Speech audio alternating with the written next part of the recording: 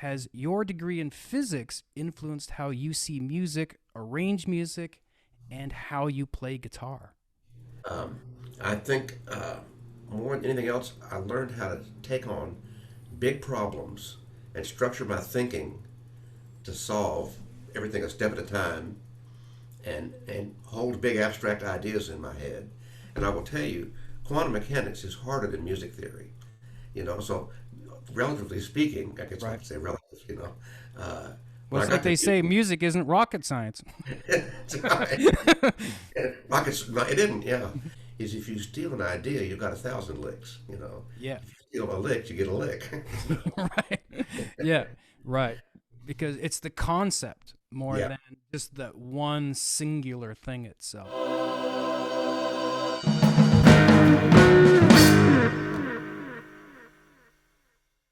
Adam Smale coming at you today with something a little different. Today I have a special guest, John Knowles. I've known John since sometime in the 2000s.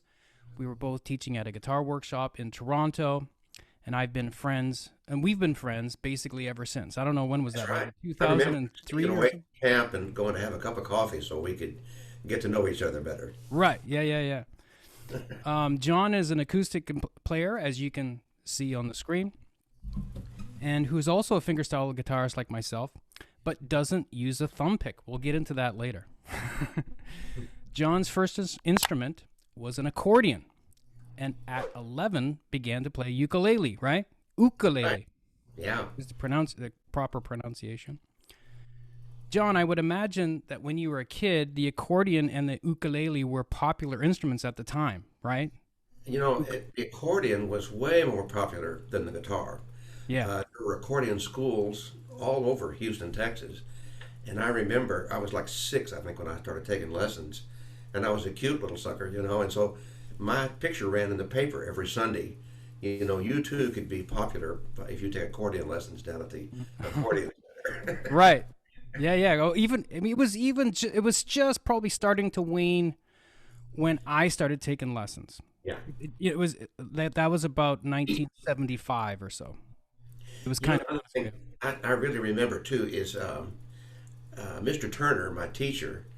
I look back on him as one of the best teacher and music teachers I ever encountered in my life. He knew how to both inform me, but also, build my appetite for it.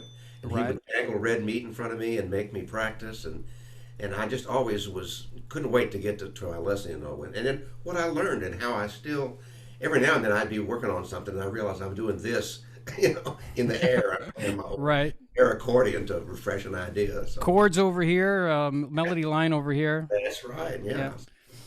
Wasn't Hawaiian music kind of popular around that? I thought maybe that's why you were learning ukulele.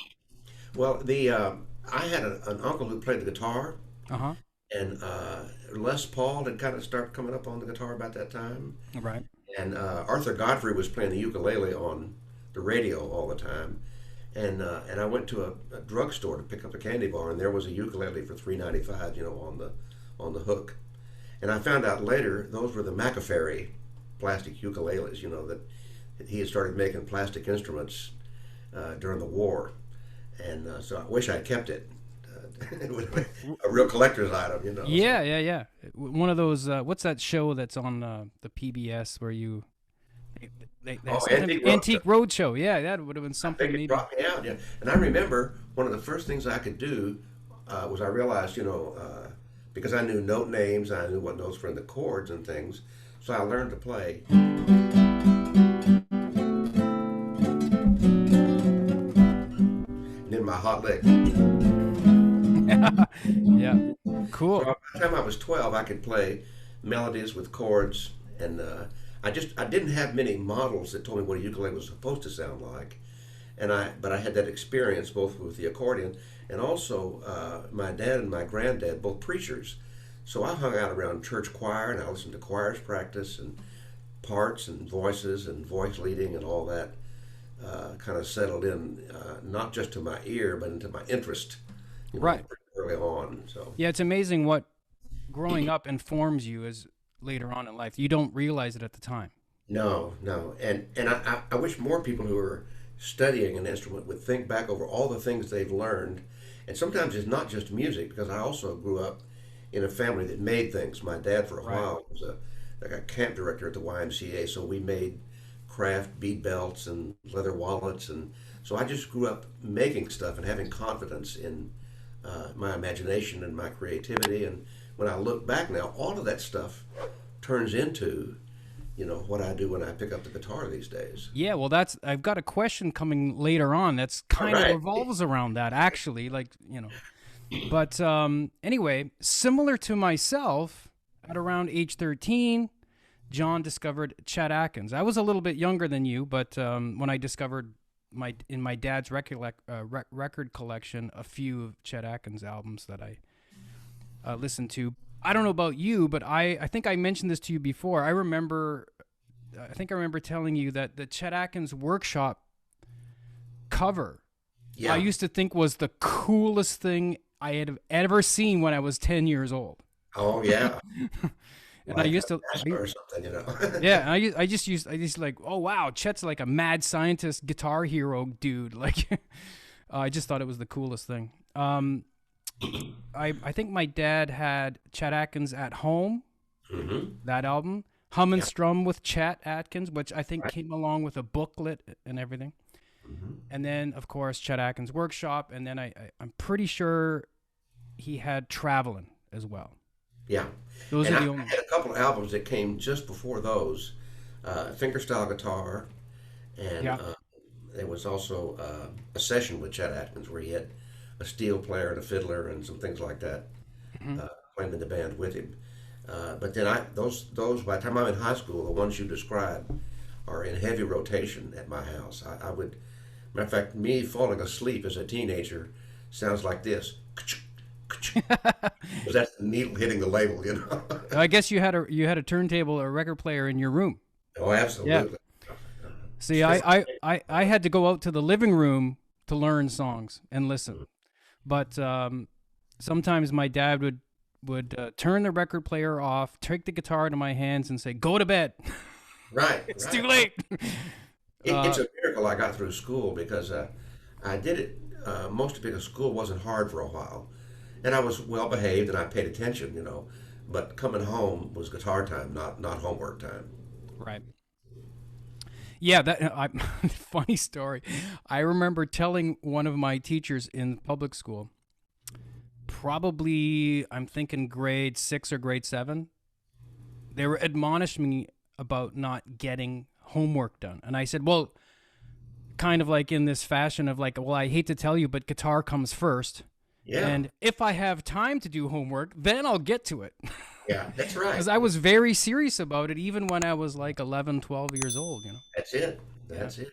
Um, The other thing that happened to me is in high school, our marching band director had been on the road with Stan Kenton.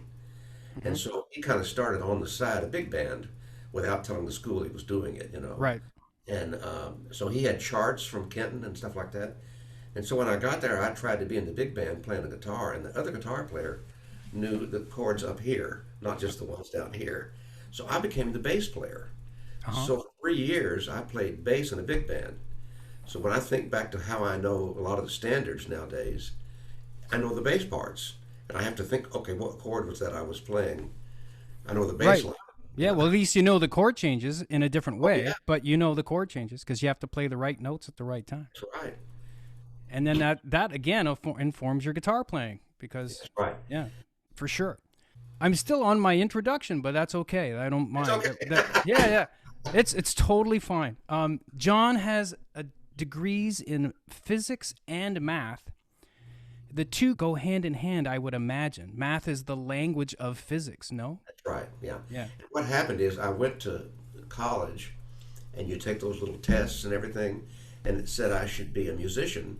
And so I go into the music department, and they found out I played the guitar. And I remember the dean of the music school saying, "Well, if you played a real instrument," and I got real indignant. And but I also marched across the street, and the same uncle who played the guitar had also taught me how to solder and make radios and all that stuff. So I had that kind of technology thing going. So I majored in physics because they kicked me out of the music department. Oh, okay. But you must have had some kind of propensity for it already. Or, Oh yeah, yeah. yeah. And all time through school, whenever the school would put on like a play or a musical or something, they would call me over to play. Then I was real. Then I was a real musician. Oh, So okay. I hung out around the music school a lot, but they wouldn't let me take music classes, music theory or anything. The revenge served cold was though that ultimately one of my students becomes the first guitar teacher at the college. So Uh-huh. Good, good, good, good. That's nice. That's nice to hear. Yeah, you'd be surprised, even in jazz still today, the Mhm. guitar isn't taken as seriously as piano or saxophone. No, Oddly enough. yeah, I think we are a little bit of a kind of an outsider in the whole musical world, except among guitar players. I've had to learn music by looking at piano and being in bands and accordion and all that stuff. So what I've done is I've learned music and music theory kind of apart from the guitar, and then I've come to the guitar and looked for all that stuff. Right. So it means that I don't have the same way of playing the guitar that everybody else does, because I wasn't getting advice from guitar players. I was getting it from people who played other instruments. Uh-huh. That's always good too.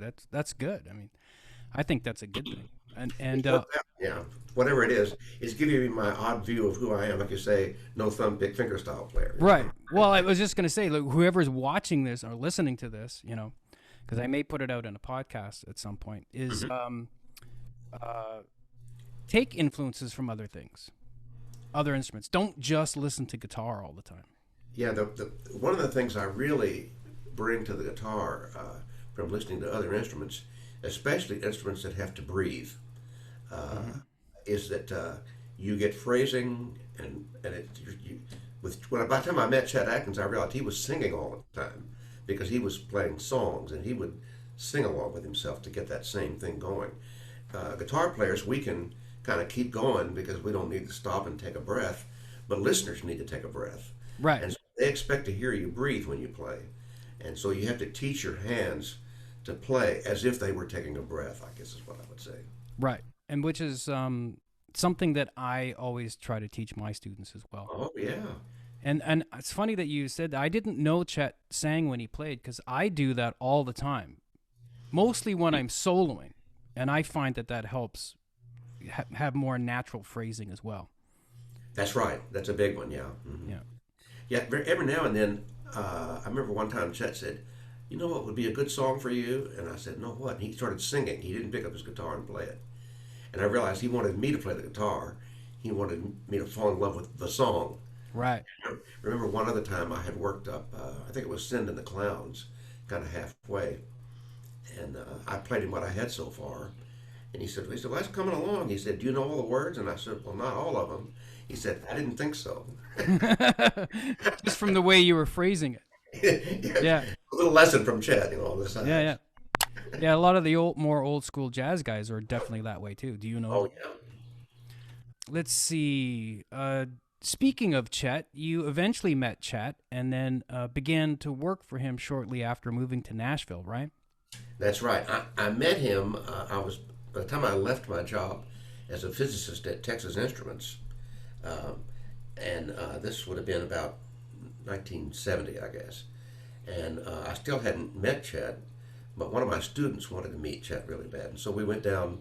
He was playing with the Dallas Symphony. And we just walked in and I introduced myself. And he said, oh, yeah, John Knowles. He said, didn't you do? And he started doing some of my stuff because somebody had showed him what I was doing. Uh And huh. after I got to know Chet, I realized he always had his ear to the ground. And he knew whatever the guitar player was up to. Right. And he handed me his guitar that day and he said, show me what you're working on. And he had me right away. Before I had the chance to be a fan, I was a working partner. Right. And I watched him do that with other people later because people would get freaked out by the legend, and he didn't want that. He wanted to be working partners with everybody. So Hmm. he was a real master at it.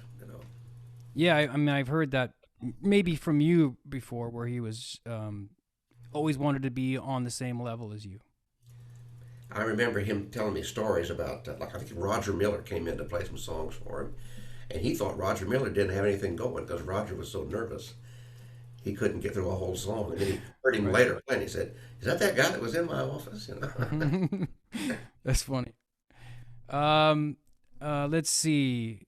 John has also worked with Jerry Reed, Steve Wariner, Marcel Dadi, and more recently, Tommy Emmanuel. Yep. John also knew another one of my guitar heroes, Lenny Breau, for many years as well. You know, that list, you thought they all come from hanging out with Chet. Yeah. One of the apart from what I learned from hanging around him, every other guitar player wanted to hang out with Chet, and so I met so many people that way. And that whole list you just named off, I met because of Chet. Yeah. And the fact that I had by that time written down some of what Chet was playing also put me in the position to work on projects with these guys, Hmm. and especially the Jerry Reed and the Lenny Breau in the early days there, because nobody had written down what they were doing yet. And so I got to take the first swing at it. Right. Nowadays, there's a lot of it out there, and you can see things.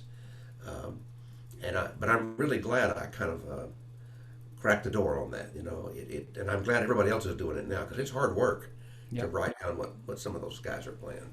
Well, I know. Yeah, I did a master's degree in jazz performance, and I had to transcribe stuff all the time. Yeah. In 1996, you were knighted by Chet as the first CGP. GP, yeah. Yeah, We were- and yeah. and other players that I mentioned before, just recently, were also in that list. That's right.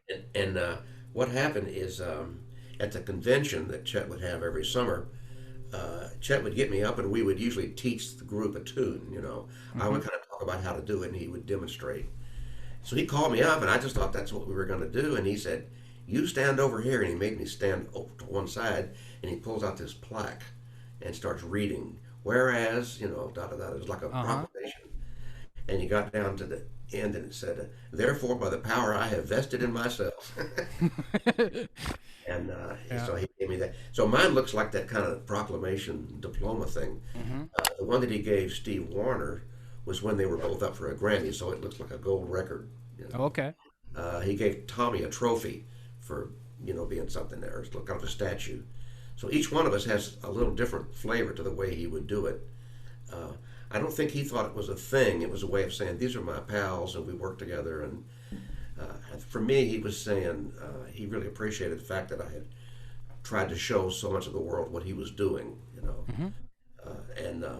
And I definitely got into this whole thing thinking that I was a teacher because I just had not spent that much time as a player. But in order to be a good teacher, I started practicing, and before long, I was both. And I still really value the player-teacher, balance Right. thing. Yeah. Yeah, I've heard you talk about that in other interviews before, yeah. And I'm still working on my intro, actually. You get older, then your intro is long, isn't it? Yeah, what I don't like I said, I don't care, I don't mind. I can attest that John is a salt of the earth kind of guy and just one of the nicest human beings that I've met. John, thanks so much for taking part of my first interview here on my channel.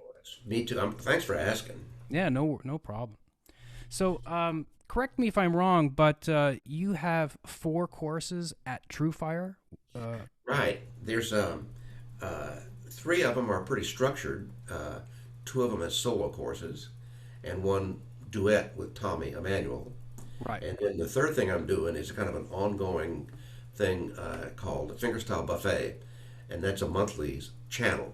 I keep loading it with material, and a lot of what we're talking about today is like what I'm doing. I'm saying, here's how I learned this. Here's an idea I got from Lenny.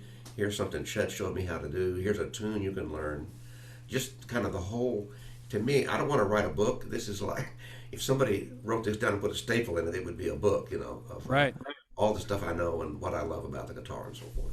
Yeah, You can it's go on my website and there's a place that has video lessons and you can click on all this stuff. okay, because that's what I was just going to ask you next, is how people can, if they're interested, can check that out or sign up for that. And so, yeah, just johnknowles.com. And I tell you, if you like, too, we could send your list a free trial to the fingerstyle buffet. Yeah, yeah. Check it out for free, and I'll send you that link and Sure. Yeah, because I've got a list of just YouTube guitar nuts. people as well. Yeah. Um, and so you grew up in Texas, and where in Texas did you grow up, and what was it like for you as a kid in your formative years? Yeah. Well, I was born in Waco. Huh? Then there was a period of time when my dad became a preacher at a church in Hollywood. So for a while, I was around the whole movie business thing. Oh wow. And by the time I'm in kindergarten, we're back in Houston, and Houston was a pretty big city, and my grandfather was kind of the well-known preacher in town, the one you would, when something would happen, the newspapers would call and get a quote from Reverend Knowles, you know. So you kind of have a way of feeling like you're a part of the scene, and everybody kind of knew who I was. And so I got used to being comfortable around crowds. You know, I grew up with my dad talking into a microphone. Right. So the idea of getting up and doing something in front of people seemed like the family business. Not that we all don't get a little nervous when we perform, but my performance sensibility, you know, comes from those early years, I think. So plus the Yeah. school reports that we all do, you know. So Yeah, yeah, yeah. Like I had a good music teacher in school that would hire me and the guy that ended up being in the first band, my professional band. That I think I joined the musicians when I was union when I was 12, and I started gigging then. He would write out charts for us, and then we would play with him on the piano, like we were his backup musicians. And I would also perform in any of the talent shows or whatever our public school had. As well as high school or whatever. And then my dad was pretty good at putting me in talent shows as well. Just pushing me out on stage and say, here, you know, sometimes he would be backing me up on guitar a little bit too. Off to the side, way more scared than I was.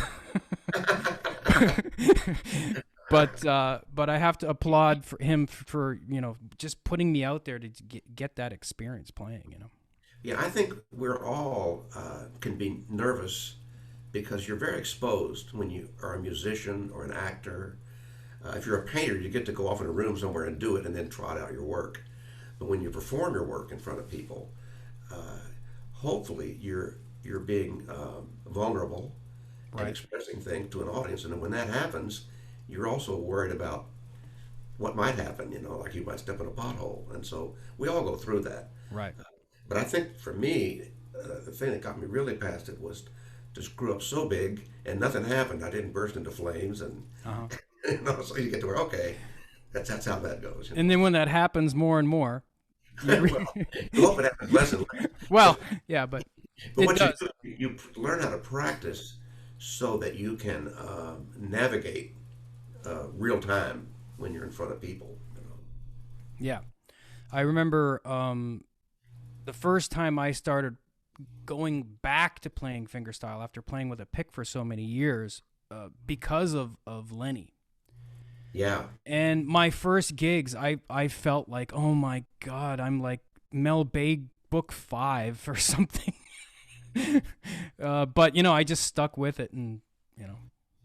you know that's true. And I think the thing with fingerstyle is the complexity of it means you got to be 100% on board when you're playing it in front of people. Yeah. And so it can be a little scarier than just being the rhythm guitar player who can miss a chord and the drummer and the bass player kind of cover for you. Right. When I was around the classical guitar players, which is where I lost my thumb pick, you know, I learned that they're all like perfecting material and performing in front of people and practicing to eliminate mistakes. And so you learn something of that mindset, both in practicing but also in performing. But I don't want to be a tuxedo guy like a classical player. I just want to learn what I can from that, but keep the casualness more like a band player or a, you know, that kind of a thing. Uh-huh. Here's kind of going into that question that I was going to ask you before, which is, I believe our past experiences and things that we have learned even outside of music influence how we play, organize things, and generally view music. Has your degree in physics influenced how you see music, arrange music, and how you play guitar? You know, more than most people would think, but not in the way most people would first With guess. yeah. I think more than anything else, I learned how to take on big problems and structure my thinking to solve everything a step at a time, and hold big abstract ideas in my head. And I will tell you, quantum mechanics is harder than music theory. So relatively speaking, I guess I Right. could say relative. Well, When I it's like got to they say, music isn't rocket science. That's right. Rockets, no, it didn't, yeah. Yeah. And and then I think the other thing that helped me when the first time I tried to write a music book was with Chet. Um, it was a huge thing, but I knew how to break it down into chunks and approach it one step at a time, not try to. I think that's a math trick, is you don't. That's the old show your work thing, in math. Means you define the problem, you do the first step, you do the second step, you do the final work, you write your Right. answer down. And so the same thing is true. I remember the first tune I tried to transcribe all the way of Chet's. I counted the measures and drew the bar lines, and did the parts I could figure out, left blank pages where I couldn't get what he was doing, and little by little the whole thing, kind of came together. So that whole way of working, of taking on big projects, I think is very much. Also, when I quit being a scientist, I had to quit sounding like a scientist, which is Hmm. kind of methodical, you know. And every now and then, because I was a musician, the science guys would kind of get on me for using funny little expressions and Like you dig. metaphors instead of math. And I would say things like, "Well, how come that Adam knows that?" I'd give him a little Right. Adam personality. Right. Which Adam is doesn't know totally that. unscientific, of course. Very unscientific. Yeah, yeah, yeah. So I end up with a kind of a blend of thinking like an artist and thinking like a scientist. Well, do you know Gene Bertoncini here in New York? We've met one time, but I really have not hung around him as much as I need to. Because he's got a degree in architecture, and Oh, he that's says, right. yeah, and he says that has influenced tremendously how he builds chords Yes. and sees things and plans things out like an architect in a way.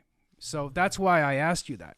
Yeah, that's that. I can understand that completely. I think that anything you work hard at um, becomes a part of what you visualize. The same thing is, at one point when I was trying to write music books, and there were still no software or computers out there to do it, I taught myself how to draw music notes with a fountain pen. Yep. And I did it by taking a course in. In fact, look at this. I think I had. Yeah, look at this.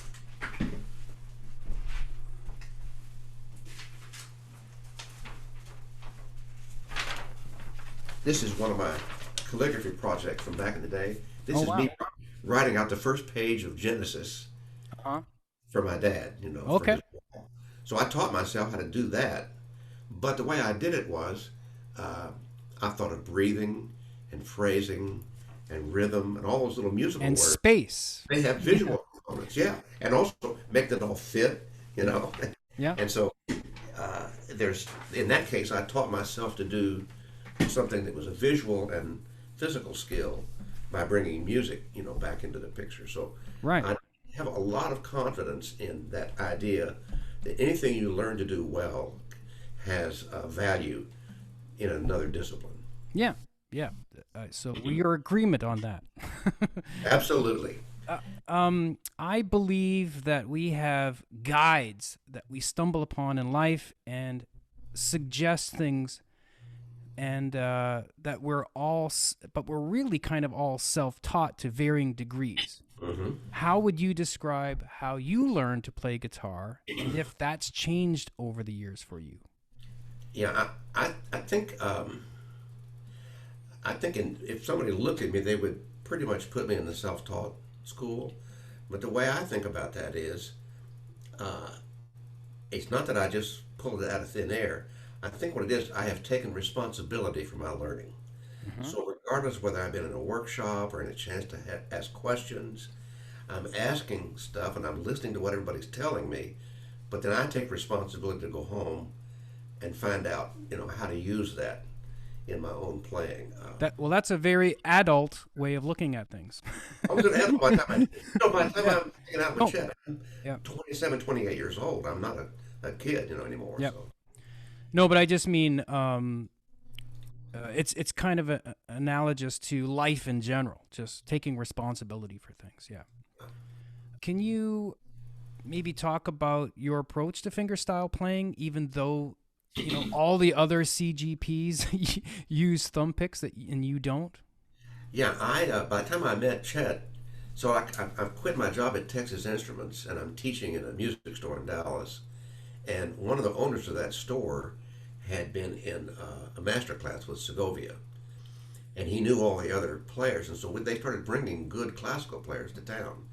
So I took classes with Pepe Romero and some other guys who came to town, and then Robert Guthrie, who was teaching at the university, was another Segovia protege. And so I realized that the thumb pick was kind of, I wasn't thinking I was going to abandon it. I was thinking I needed to take it off to learn the classical stuff. And of course, what happens is, if I can make sure I see my right hand here, I'll move my camera a little bit.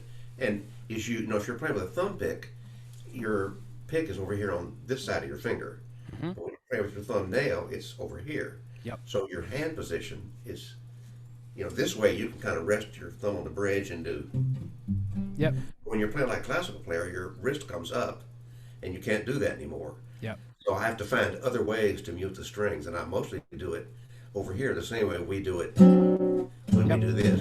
I'm using my left hand more to be a mute than I am the heel of my hand. So a lot of adapting going on.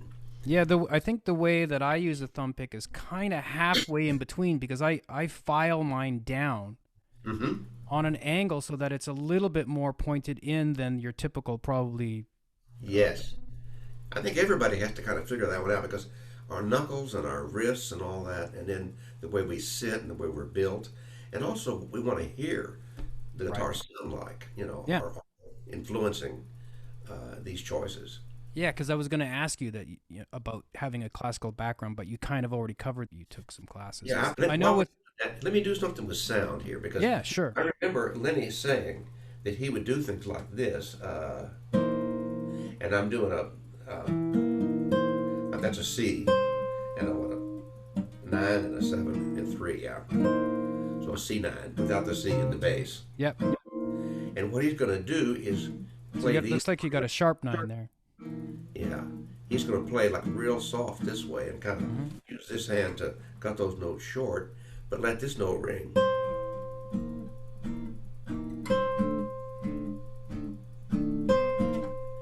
Really trying to distinguish not just the volume, but the voice of your ring finger, so that later on it's like a singer and a rhythm section, in the way you play. You can sure tell that Lenny practiced a lot. And he, sometimes when you listen to him play, his music is so ethereal, you would think he's a space cadet. Well, he's not. When he talks about music, his understanding of music and technique was very specific. And when people would get him in a workshop situation, if they asked the right question, they would get a very good answer to a question. Wow. So you're right. A lot of that was from trial and error and practice and asking lots of questions and knowing what he wanted to sound like and all that stuff. I remember you were talking about Segovia before.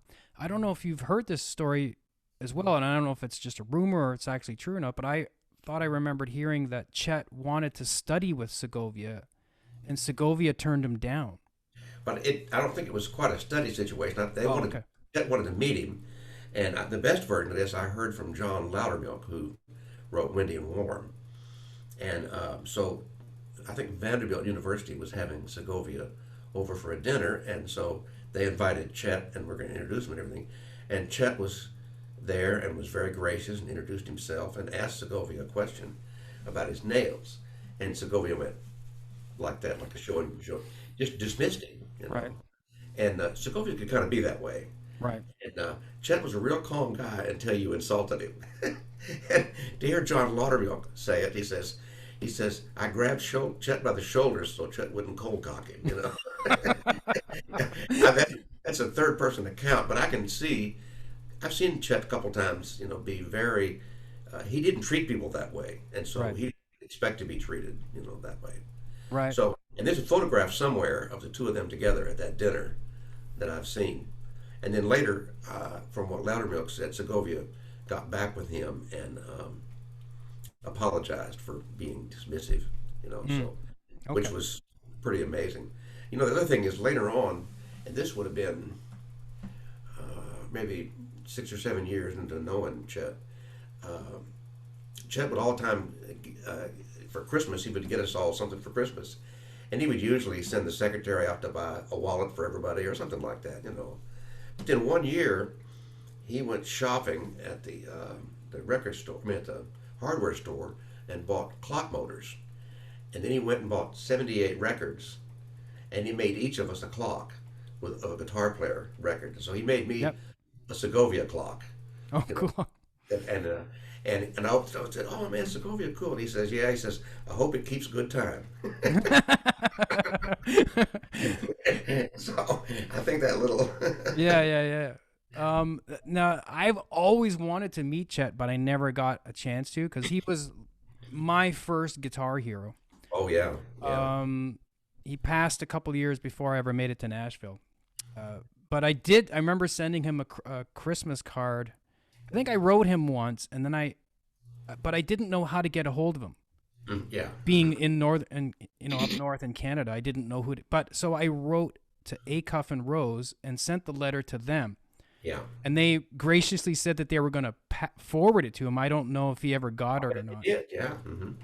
Now Fred Rose at that time, and then later his son, good friends with Chet. Chet took me by that office several times, so there was a real connection. I imagine he got it.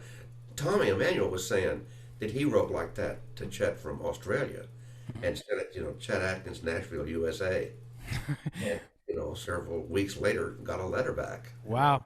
It actually made it. Yeah. Not So knowing the zip code or anything. no, that may have been pre-zip code. I don't know. Oh, okay. But later when Tommy met him, Chet knew who he was, remembered that letter. Right. Wow. It's memory for all the other guitar players. You would think, how could he remember me? Well, he did. He paid attention to songwriters and musicians. And he also liked anybody who kind of did something fun. I remember sitting around the table with him at breakfast one morning, and the other people at the table included the guy who owned the company that made the Louisville Slugger baseball bats.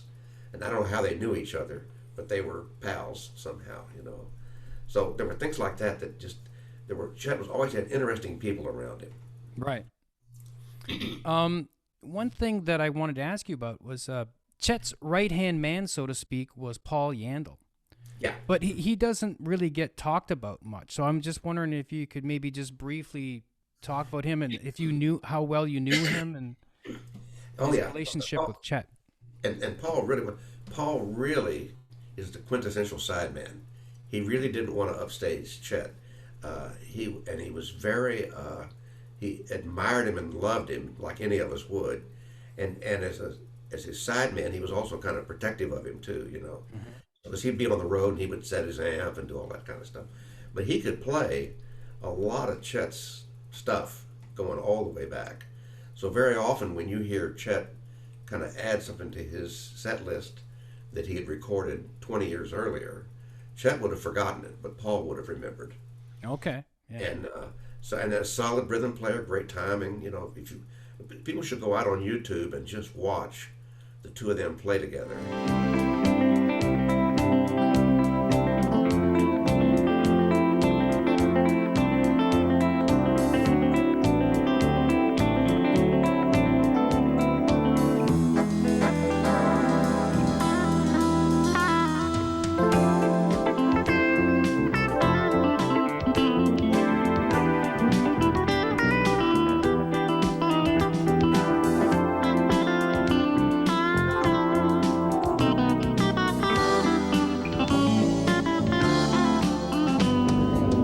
And we all know what an elegant player Chet was. So if you can imagine having to sit beside Chet and make it happen and not get in his way Right.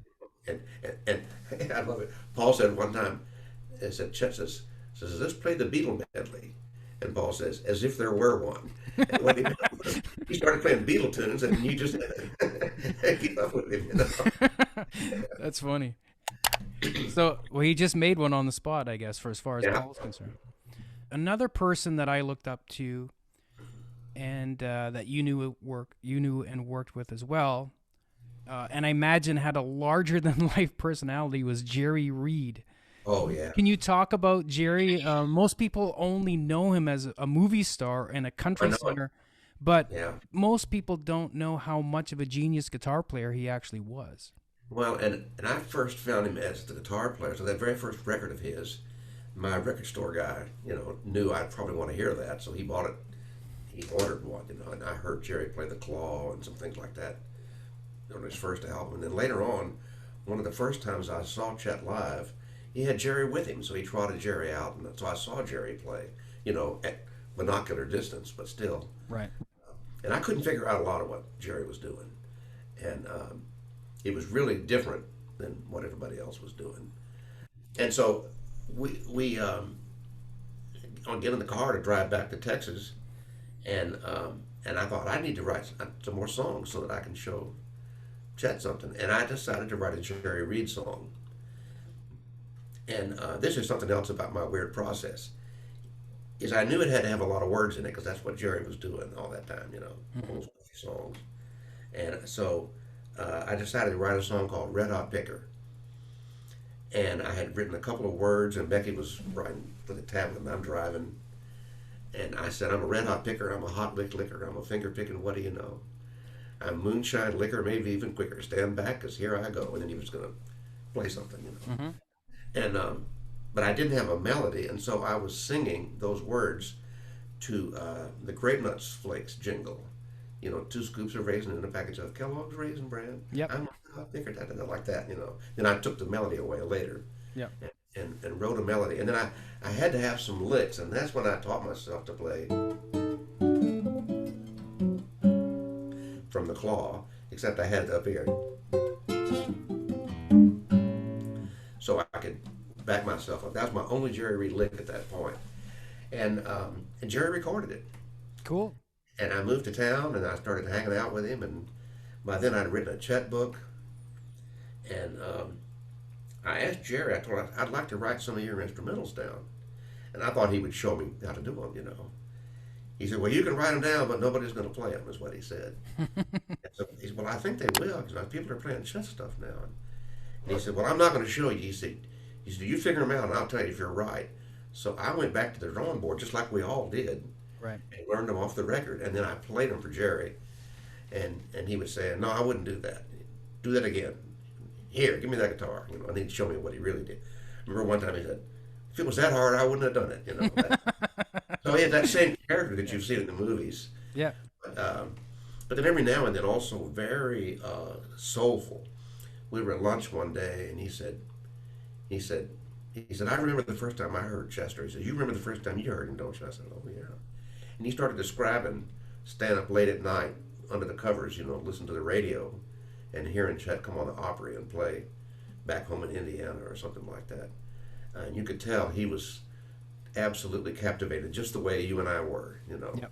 And when you hear Jerry tell a story like that, you realize there again, all of us have somehow been won over, been spellbound, by this thing. And Chet very often is the lead character in our dreams, without a doubt, Right. I imagine that you met Tommy through Chet as well. That's right. Yeah, and I met Tommy a good bit later. So I'm trying to think, probably in the late '80s, maybe early '90s. Okay. Tommy came to town, and Lenny was still there, so it would have been early '80s because Lenny was still around. Okay.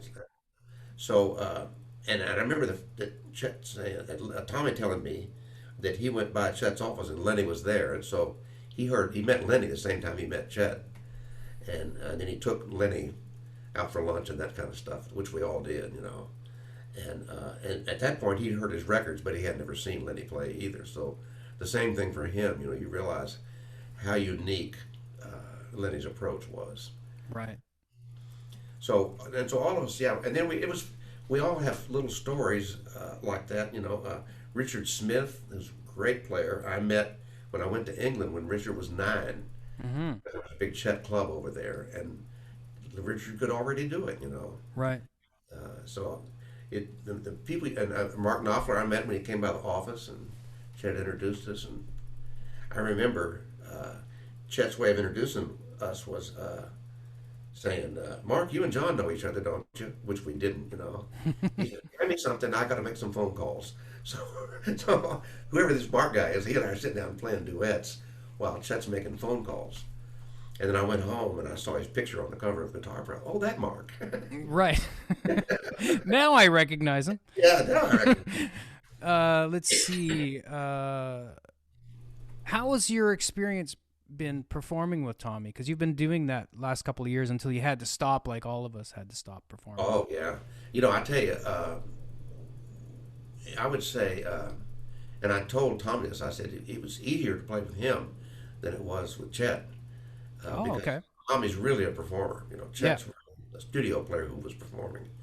And Tommy's response was, he said, "That's because you and I are brothers. He's our daddy." That's a good answer. That's And that's a good answer. You know. And what you've got with Tommy is somebody who spent as much time on stage as Chet did in the studio. right. And so Tommy's stage chops, and not just as a soloist, but as a band player. And so Tommy is extremely supportive of whoever he's playing music with. Uh, he's not interested in outgunning anybody at all. Now, if somebody tries to ramp it up and have a gunfight with him, yeah, you know, that's not my nature, you know. He'll take him on. Yeah. Well, the reason why I ask is because I know you play more delicately Yeah. and quiet and stuff like that. So, what did you have to do to get used to playing with Tommy live? Because I know he can play pretty loud. Oh It's yeah, like it's almost like rock and roll, but on acoustic there guitar. it is, right there. Tommy comes from rock and roll band player, Yeah. and think of me as coming from a classical parlor player.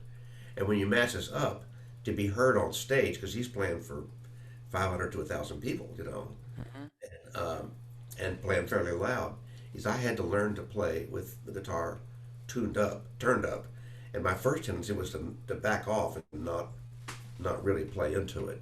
So it took me a while to get the hang of playing loud with him. But his sound man was great at helping the two of us figure out how to match. Mm-hmm. And so by the time I was playing around him, if I'm at home, I'm playing like this. But when I'm playing with Tommy, Well, that's what I was going to ask you because a little more meat on it, yeah. yeah, because but I think even though Lenny was mostly an electric player, he did play acoustic too, but he still played with a very light touch and let the amplifier do the work. Yeah. So that's what I was thinking, maybe that you had to learn how to do that too, because I know if you're not used to that, your tendency is to like dig in too much that you start causing pain and stuff like that. So And I didn't want to lose what we had as a duo, but up to that point, most of the duets we played had either been at the kitchen table or at Starbucks, or in the studio, you know. And so by the time we got on the road, I realized I had to ramp it up. And of course, one of the things that happens is if you're trying to change your approach in front of an audience, that's an extra challenge. The other thing I really saw Tommy do, I've never seen anybody love an audience the way Tommy does. And so I realized that my way of loving an audience, if I could describe it, I would say Tommy didn't want to send anybody home unless they were worn out, you know, unless they had the whole experience. My way of working with an audience was to invite them up, to come up close, and we'll sit around the campfire here. So I had to learn how to reach out and work the way he was working, and it's a beautiful experience. And you're right. It was that. So this would have been 2019, and I was out there with him probably 6 or 8 weeks in different ways. And then that summer was 4 or 5 weeks of week-long workshops.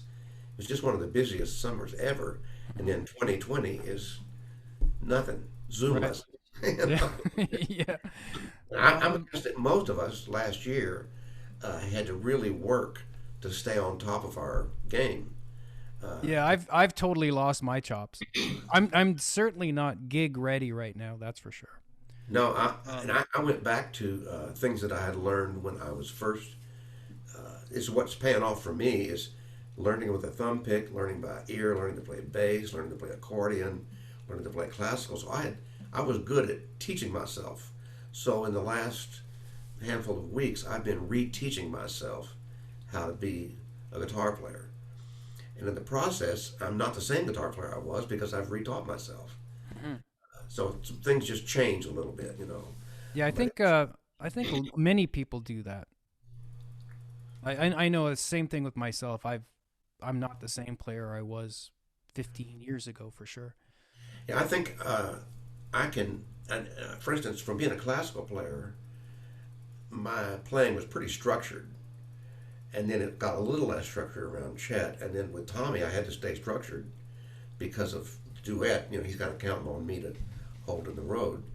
And and now that I'm sitting around here by myself, I'm finding myself to be more of an improviser, not like a play licks over the changes improviser, but just changing the way I do it from one Mm-hmm. time to the next. Right. And I don't know what would happen if I went out and gigged, if I would do that on stage or not, but it's changing the way I practice and the way I compose. Um, you know what? Can I do something real quick? Sure. Yeah. It should be interrupting the host. No. But one of the things that he showed me one time, he said he would practice a chord progression and then try to put scale on top of that. Yep. So the chords kept moving, the scale kept moving. Yeah, I used to do an exercise like that. Yeah. So So, my little exercise the other day was this one. So this is like a D major 9. hmm And what I've got here is the ninth, which is the second note of the scale. And now what I'm going to do is play chromatic above it.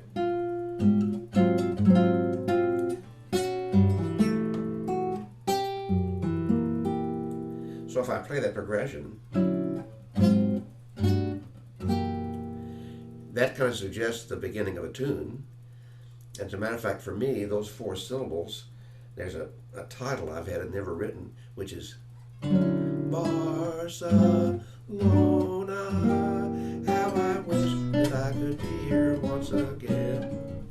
Something right. like that. Yeah, yeah, So yeah. it's not, and by messing around with it, I can kind of, it may turn into a composition or it may just turn into a way to explore an idea. hmm But you can see there that all the things I've learned and stolen from all these guys are kind of showing up now.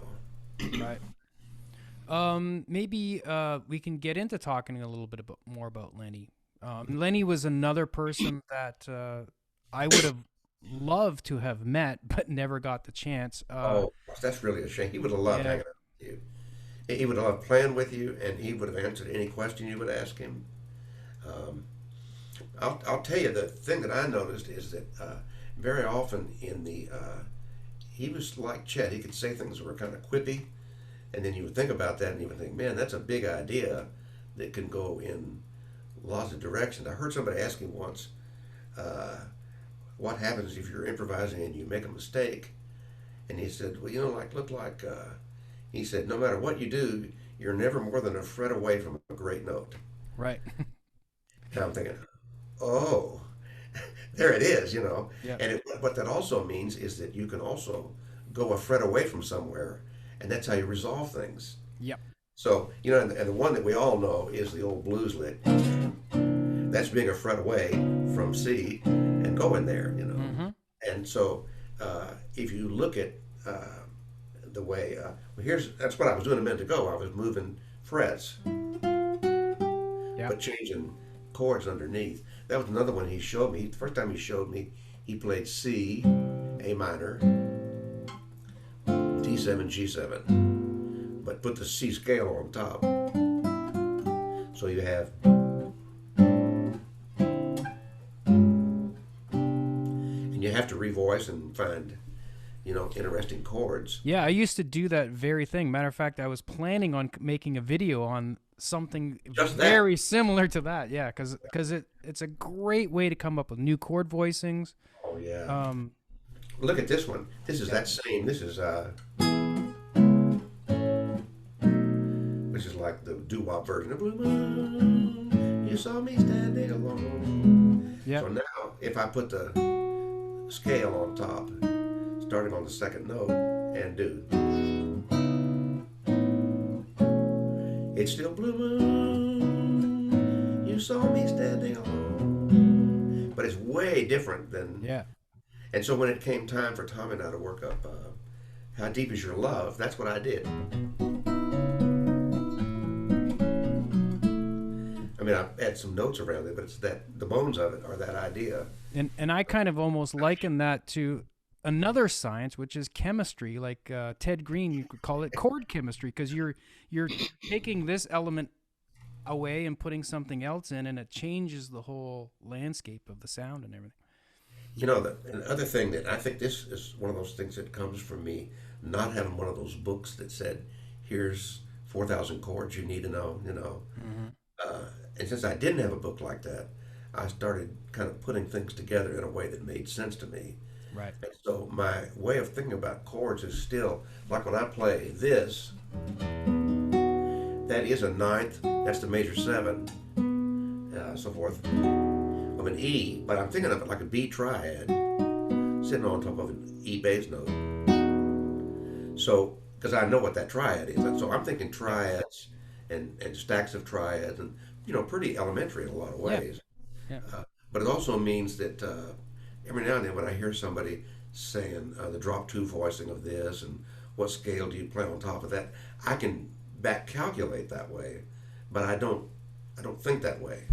Yeah, actually, I say things like that for my video for teaching purposes, but I actually, to be honest with you, don't like thinking that way. I don't really care if it's a drop 2 or drop 3 or a drop 4 or drop 3 and 4. I don't care. Yeah, and now on the other hand, like the same thing when I talk. I'm not talking along and I say, "Oh, quick, I need a noun." Right. It really helps that I know what nouns and verbs and all those things are. It's how you study language. Now, what superlative would fit here right now? Now, if I'm writing a song, I might change adjectives. I could do that, just like Right. changing colors on chords. Yep. But I do think of, there again, that's language informing music, treating music as if it's language.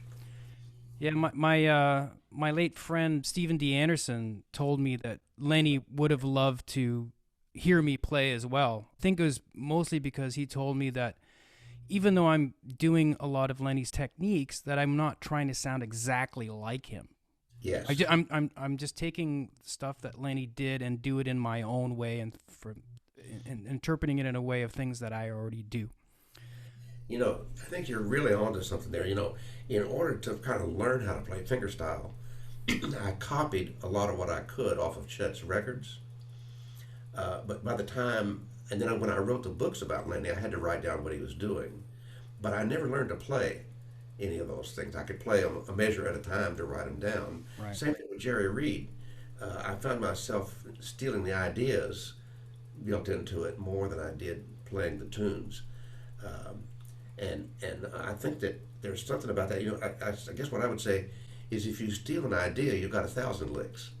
Yeah. If you steal a lick, you get a lick. Right. Yeah. Right. Because it's the concept more than just that one singular thing itself.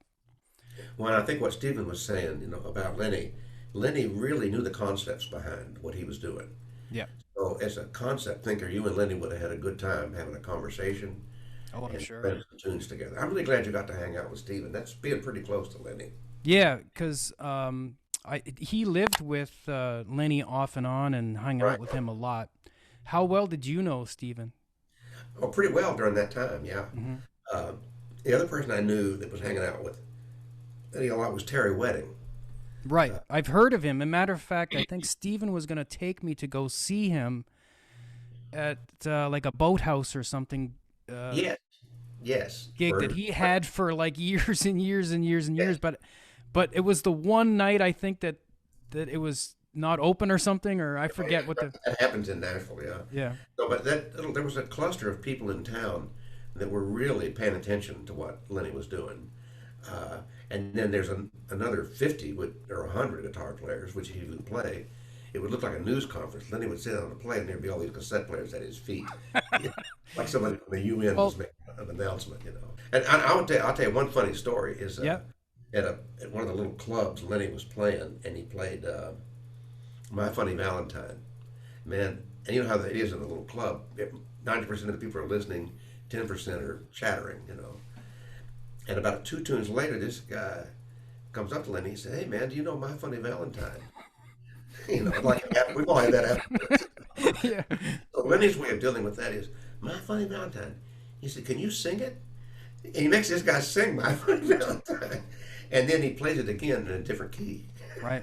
Okay. So he treated the guy with respect, but he also kind of let him on a little bit. Hmm. And the rest of us got a treat out of hearing him play it in a completely different way. As the British or Australians would say, took a little bit of the mick out of him. That's it. Yeah. Yeah. Yeah, I know Lenny could be very funny at times. I know Oh, gosh, he yeah. told me stories, lots of stories of Lenny being funny that we don't really need to get into now. But Emily, Lenny's daughter, interviewed me a couple of years ago for a potential podcast that she might be doing or whatever. I don't think it's ever been released or whatever, but I told her as well as Steven that Lenny always seemed like my older brother that I never knew. Almost like, when you grow up and you're like Yeah. Uncle Tom got killed in the Korean War or something and you never got a chance to meet him, but you feel a connection there His somehow. photograph is on the mantle and the stories are around the table. And, Right. yeah. Yeah. Now, think about that. He's definitely a presence in all of our lives beyond his actual years that he spent with us. Right. Yeah, unfortunately, at least my opinion, wasn't enough good recordings of Lenny out to show his real genius. No, the people who saw him play live, and you realize what we have recordings of is tip of the iceberg. Right. But there were other times when he would get out to play and he would not be in good shape. Mm-hmm. And but I heard him play a couple of times. One of my favorite times I heard him play is I went back to Texas after I'd been in Nashville a while to play at the community college where I'd been teaching, and I took the money they gave me and I bought an airline ticket for Lenny and took him with me. I wanted everybody in Dallas to hear him, and so that evening after I played my thing, they had a little campus coffee shop and he played at the coffee shop. And I told everybody, be sure and be there for this, And he played My Funny Valentine again, and and he got to the end of it and stopped, and everybody in the room said nothing. The room was dead silent, and a little girl, about 3 years old, ran up to him and just hugged him. Now what does a 3-year-old know about My Funny Valentine? What was he doing that made the whole audience just be silent? Right. And yet captured this little girl's heart, It just knocked me over when I saw that. That is a great story. Isn't it something? Yeah, I would have paid to seen that. Well, I think you told me a story one time. You were walking down the sidewalk in Nashville with Lenny, Yeah. and all of a sudden a rabbit came out. Yes.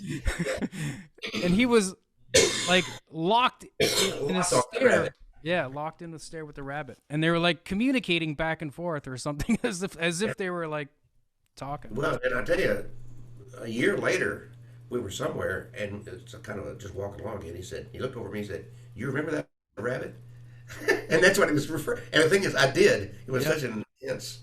And then I realized Lenny's memory for things like that was like the spirit or the emotional essential stuff in an event is what he remembered more than he would not have made a good witness in a court case, but Right. as a witness of what took place musically and emotionally in a room, it was pretty intense. I remember Larry Coryell was talking at one of the guitar workshops I was teaching at. Mm-hmm.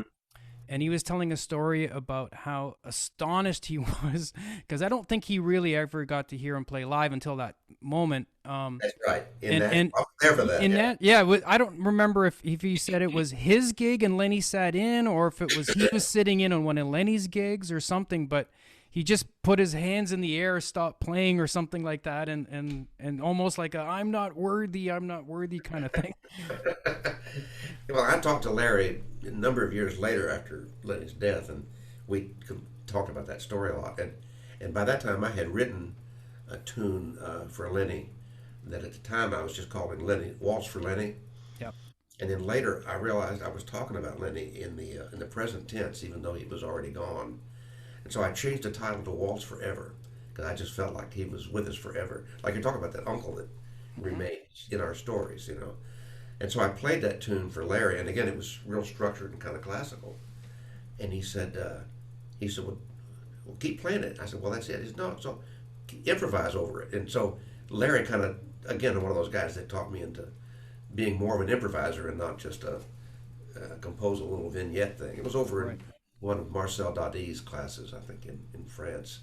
Yeah, you know, the thing is, once you the family of guitar players, uh, even those of us who haven't met each other yet, when we meet, we get it. We're Right. aware of each other's work, and we're fans of each other. Mm-hmm. I love that. Now there's another generation of kids out there. It's the same thing. It's so much fun to egg them on.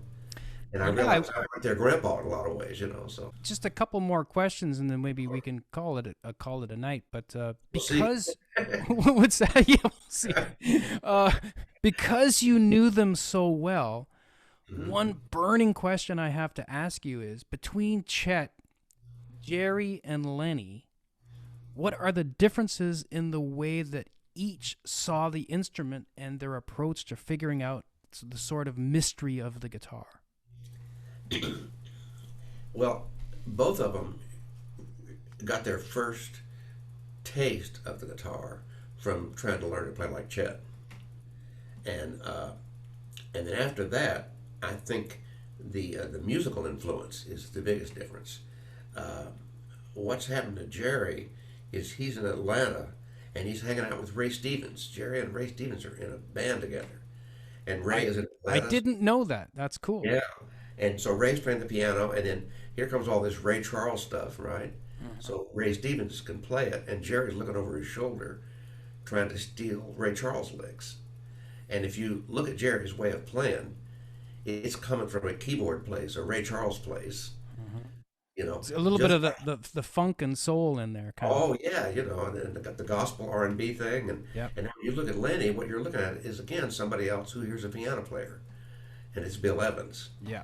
And so you get his way of playing all of a sudden expands in that direction. Now, Lenny doesn't sound like Bill Evans, and Jerry doesn't sound like Ray Charles, but that's their takeoff ramp. That's me saying it, you know. But I think I'm wrong more or Yeah. less. Well, I just remember hearing this somewhere before where you were talking about how Jerry looked at the guitar more like a puzzle and then piecing it together.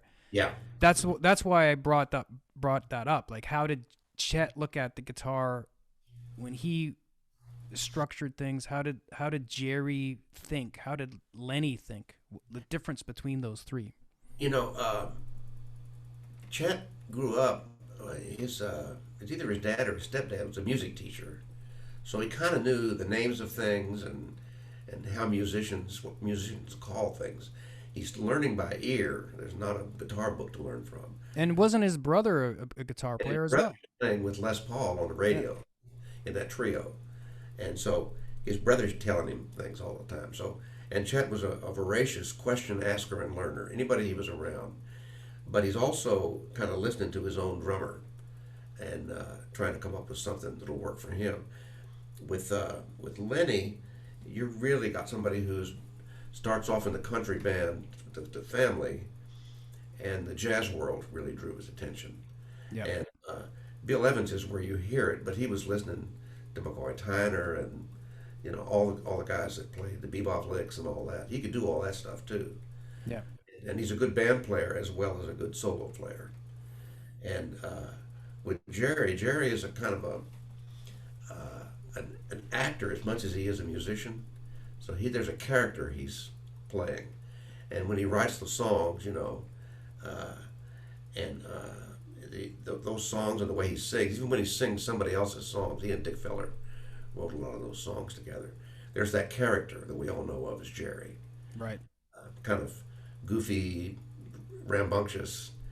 You know, I remember one time I asked Jerry that question you're asking us about Chet and Jerry. And he said, "Oh, Chet, he's a real guitar player." He said, "Me," he said, "I just come busting through the screen door and run through the garden."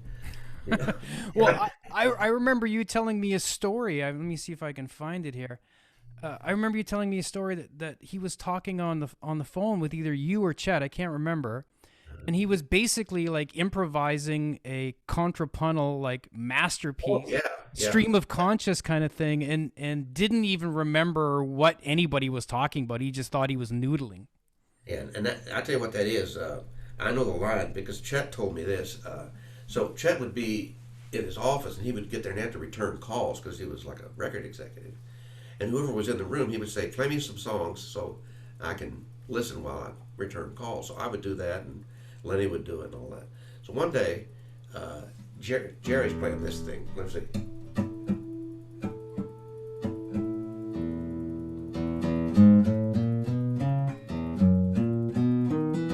That line, which is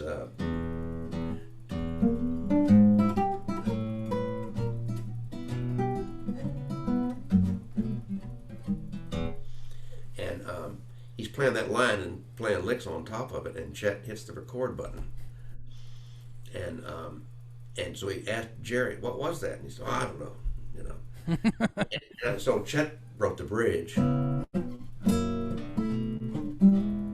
It's Bluefinger, you know, Right. and but then Jerry forgot the tune, and later on used that same line to write a tune called Jiffy Jam, using that same bass line as the skeleton of it, you know. And so those two tunes kind of show how that bass line was in mind, and then whatever bluesy, gospel-y. Well, that bass line is even gospel-y Yeah. in Oh, its yeah. roots. If you Oh, sped it yeah. up, yeah, yeah, Is, yeah.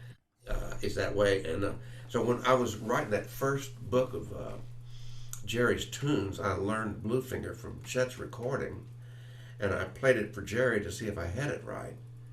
And he said, "What's that?" And I said, "Well, that's Bluefinger." He said, "Never heard it."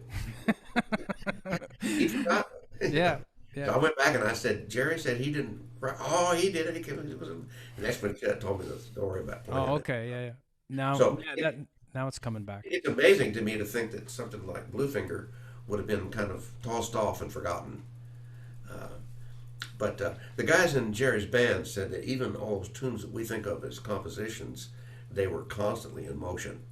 And he was changing them up and teaching them to the band, and then say, "We're going to play the claw different now, and we're going to do this, we're going to do that." And Hmm.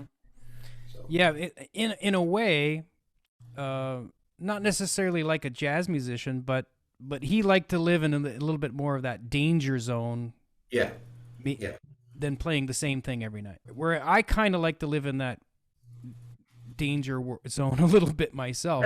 As being a jazz musician, I might have the head of a song arranged more or less the same every time I play it, even though that's not necessarily the same. But obviously, when I'm improvising, that's never the same. yeah. Now, what you're describing sounds to me like the way Martin Taylor plays too. He has a sketch of the head, and Right. then is free to navigate, you know, after Right. that. Which is another good fingerstyle guitar player, by the way. Oh, yeah. That's somebody else I met through Chet, you know. So Yeah. Is there anything outside of music that most people don't know about or would be surprised about that you are into, like whether it be a hobby or something like that? um, I think maybe the calligraphy thing because I was really serious about that, and that was a visual thing. Yeah. Uh, and I don't do that as much anymore, but I still have a real respect for visual design, and Hmm. I'm intrigued when I see other people paint and draw. So maybe that. And same with Lenny, from what I understand too. Yeah. He really liked him, especially impressionist art. Oh yeah. I think it was Darcy Cotton told me that he had some art in his guitar case. Well, in fact, he had a gig book that would have because he played like he played My Funny Valentine in A minor with like in key of C instead of E flat like most fake book people. So he would write out how to play My Funny Valentine so he could play with a pickup bass player. So he had a chart book, you know, but across from My Funny Valentine would be a painting like out of one of those desk, you know, coffee table kind of art books. Hmm. So there would be uh, the chords to My Funny Valentine over here, a Renoir of a little girl or something. Right. And so he would tell somebody, these are the chords, but this is how it sounds. Right. Well, I mean, that's I think the level that he was on, because he was Yeah. actually hearing things in a different way. Do you have any regrets about anything in life? I know I'm the type of person that I know lots of people say I don't have any regrets, but for me it's like, how can you not have regrets about some things? Yeah, I think I, I will say this. I say I don't want to change anything Yeah. because I'm real happy where I am right this minute. You know, You're right. No, I'm not even asking about whether you would have that's right. changed something, just something that you maybe would have done different if you would have There's known. a couple of them. One of them is had been in town a while, and Chet said to me, "You and I should work up a duet." So I was busy trying to think of what we could work up a duet, and the next thing I know, he's recorded an album of duets with different people. And I'm not on it. 'Cause Oh, okay. I Too had realized how serious he was about that, you know. too slow, I guess. So the next time he lobbed something like that out there, we were at the table with Leona Boyd and Shel Silverstein and having lunch, and Shel Silverstein said, he said, you know, I've been thinking about you guys ought to get four of you together and put on tuxedos, you know, like a string quartet. Hmm. And what he was picturing was a record jacket, you know. Which is that record that, That record, yeah. yeah. And so I went home that day and I called up John Pell and I said, let's get our 4-track tape recorders out and do a couple of arrangements. I think we could talk Chet into doing this project. And so we went in and showed Chet what we had done. And I said, this is from that lunch conversation we were having. But this was maybe 3 weeks after that. It was, I mean, I jumped on it. Yeah. And sure enough, he said, well, let me see if I can get Leona on the phone. So that project came from me realizing when Chet said something like that, he wasn't just talking off the cuff, you know. One of the last things I wanted to ask you was, what is the best thing that you believe you've done in life so far? Not to put you on the spot or anything. Yeah, you know, well, I would tell you the two big musical projects that challenged me and pushed me to do my best work, you know, to try harder. Hmm. One of them would have been that quartet record, Okay. and the other one would be the record that Tommy and I did, Heart Songs, because we're starting out with nothing. We haven't really played that many duets together, and we had to put it together from scratch and learn Yeah. how to, like you say, how to adapt our styles, you know, to each other. Uh, so it's a third thing, you know, when Tommy and I play together. It's not Tommy and it's not me. Right. So I'd say those two things stand high, you know, musically. Um, I think the other thing is I'm really happy that, and Becky and I have talked about this a lot during the pandemic when we've basically been serious roommates for a year, you know, uh, is we realized one of the things that was enabling us to function this year was we are very good, we've become very good adapting partners. And that's really true because, you know, as her mom used to say, Becky married a physicist and she ended up with a musician, you know. And so, but through all those things, and then we were in Texas, but then we moved to Nashville. So, you know, constantly changing how we did things. So I would say finding Becky and living with a partner that I could make that many changes with, Yeah, adapt that's to what was going on would be another thing that I think I put high on. Of course, that includes our kids and their careers and the grandkids. You know, yeah. I think you got to keep her there. yeah. We agreed. We were happy we made a good choice years ago. Apart from all the little, you know, the stuff that goes on. So, Sure, that's just life. Yeah. Is there anything that you wanted to mention that we haven't covered, or? you know, well, I will say this. Right now, you know, my energy is so good, but I'm about 6 months away, 9 months away from my 80th birthday, Wow. and I am so grateful to be both alive and engaged and with it, and Hmm. curious, surrounded by other musicians who are egging me on. Um, Very much happy that I connected to the generations a while back. So it's a legacy gig, but it's also a creativity gig, and I think it gives me a real feeling for gratitude, you know, to be Right. in that position. Well, I can't help but think that it's the music that's helping you stay young and vital. Absolutely. Yeah, that. Yeah. Yeah, I have no doubts about some of the big moves we've made, and being a musician was really it. Right. And physics was a part of my journey now that fits in. It wasn't like a mistake I made. Right. It's just, but it's a part of the story. But maybe you would have had regrets if you stayed Oh, I wonder if in I still physics. feel Yeah. I wore myself out. Yeah. But you're right. Music and creativity and being around other creative people has kept me going for sure. And it keeps the brain going too. Like, It does, doesn't it? yeah. Yeah. Yeah. Well, John, thank you so much for. Oh man, you bet. I'm really glad we did this. Yeah. Hopefully, if things ever go back to normal, I was hoping to have planned a tour last summer to Nashville and play in Nashville. Oh man, yeah. Around, and I would have loved to have gotten together with you, but hopefully this will happen again soon. Well, Beck and I both had our shots, and so we're doing everything we can to be a part of the solution. For Yeah, that. I'm looking into getting shots myself. There you go. But thanks again, John, and Oh, you bet. have a wonderful night. You bet. And thanks so much. This was really fun. Oh man, have a good evening. You too. Take care. Take the rest of the day off, as we say. Right. Take care, John. Bye. Bye bye. I love some of the videos you're making. You make them fun to watch and put in little, sidebar moments and cartoon things and. Right. Oh, cool. Thanks. Yeah.